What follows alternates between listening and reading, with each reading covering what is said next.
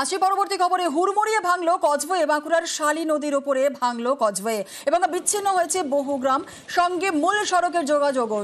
স্বাভাবিকভাবেই সমস্যায় বড়জোড়ার একাধিক গ্রামের বাসিন্দারা। প্রিয়ব্রত রয়েছে আমাদের সঙ্গে। প্রিয়ব্রত, যে অবস্থা আমরা দেখতে পাচ্ছি, প্রশাসনের তরফ থেকে কি ব্যবস্থা নেওয়া হচ্ছে? গ্রামবাসীদের তো চূড়ান্ত সমস্যায় পড়ছেন তারা।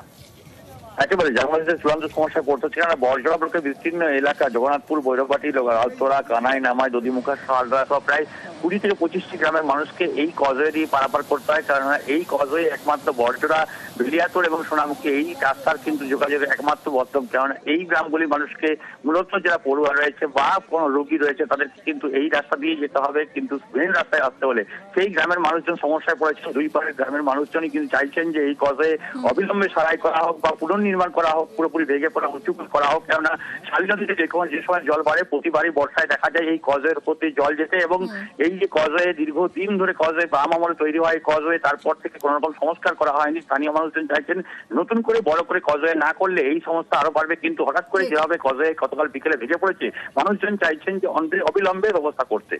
ধন্যবাদ। আমরা এইদিকে সমস্ত যাওয়া আসা করি, এইদিকে থেকে খাবার দাবার সব আমার এধার থেকে পেরিয়ে যায়, লেনদেন সব এই ধারে। আর সমস্ত মানে আমরা শুধু মাঝে ঢিপের মতন ওই ধারে বসে আছি। যদি এইটা বন্ধ হয়ে যায় আমাদের একদম খাবার বন্ধ হয়ে যাবে। আজ মানে বিরাট ব্যাপার, মানে যে কি করবো আজকে কিছু খুঁজে পাইনি, এই তো দাঁড়িয়ে আছি। ওই ধারে ওইদিকে কি করে পেরোবো সেটাই তো সমস্যা।